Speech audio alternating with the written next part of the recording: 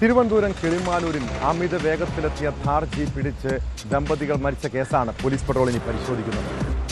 സംഭവ ദിവസം പോലീസ് കസ്റ്റഡിയിലെടുത്ത് ജാമ്യത്തിൽ വിട്ടയച്ച മുഖ്യപ്രതി അന്ന് തന്നെ ഒളിവിൽ പോയതാണ്.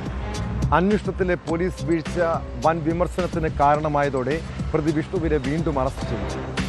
വാഹനത്തിൽ നിന്നും പോലീസ് ഉദ്യോഗസ്ഥന്റെയും ഫയർഫോഴ്സ് ഉദ്യോഗസ്ഥന്റെയും തിരിച്ചറിയൽ കാർഡുകൾ ലഭിച്ചെങ്കിലും ഇക്കാര്യത്തിൽ ഇപ്പോഴും ഉരുണ്ട് കളിക്കുകയാണ് പോലീസ്. ഉന്നത രാഷ്ട്രീയ ഇടപെടലിനെ തുടർന്നാണ് പ്രതിയെ സംഭവ ദിവസം തന്നെ ജാമ്യത്തിൽ വിട്ടതെന്നാണ് സൂചന.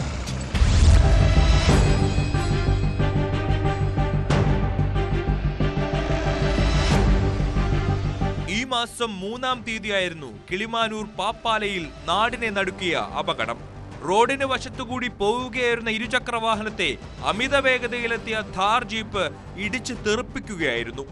ആദ്യം അംബിക എന്ന വീട്ടമ്മയും ദിവസങ്ങൾക്ക് ശേഷം ഭർത്താവ് രജിത്തും മരണത്തിന് കീഴടങ്ങി. ഇതോടെ ഇവരുടെ 6ഉം 4ഉം വയസ്സുള്ള 2 കുഞ്ഞുങ്ങൾ അനാഥരായി. അപകടശേഷം നിർത്താതെ പോയ വാഹനത്തെ പിന്തുടർന്ന നാട്ടുകാർ മദ്യലഹരിയിലായിരുന്ന വിഷ്ണുവിനെ പിടികൂടി പോലീസിൽ ഏൽപ്പിച്ചിരുന്നു. എന്നാൽ സംഭവം നിസാരവൽക്കരിച്ച് പ്രതിയായ വിഷ്ണുവിനെ സ്റ്റേഷൻ ജാമ്യത്തിൽ വിടുന്ന നടപടിയാണ് കിളിമാനൂർ പോലീസ് കൈക്കൊണ്ടത്. രജിത്ത് കൂടി മരിച്ചതോടെ നാട്ടുകാരും ബന്ധുക്കളും പ്രതിഷേധവുമായി രംഗത്തെത്തി.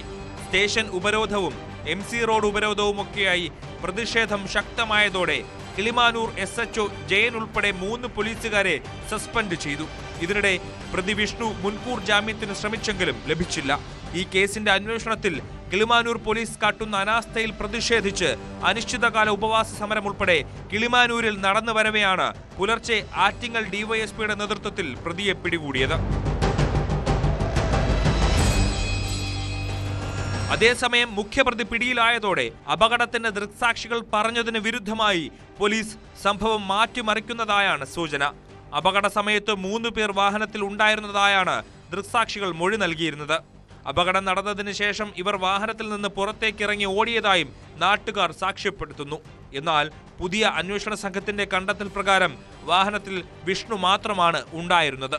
ജീപ്പ് ഓടിച്ചിരുന്നത് വിഷ്ണുവാണെന്നും ഇയാൾ അമിതമായി മദ്യപിച്ചിരുന്നുവെന്നും പോലീസ് വ്യക്തമാക്കി. വാഹനത്തിൽ നിന്ന് 2 ID കാർഡുകൾ നാട്ടുകാർ കണ്ടെത്തി പോലീസിന് കൈമാറിയിരുന്നു.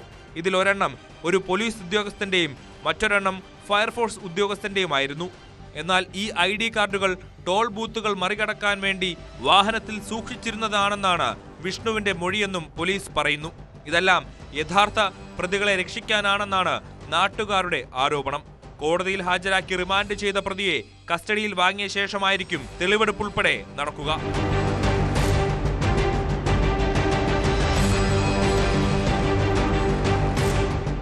ന്യൂസ് 18 ആറ്റിങ്ങൽ.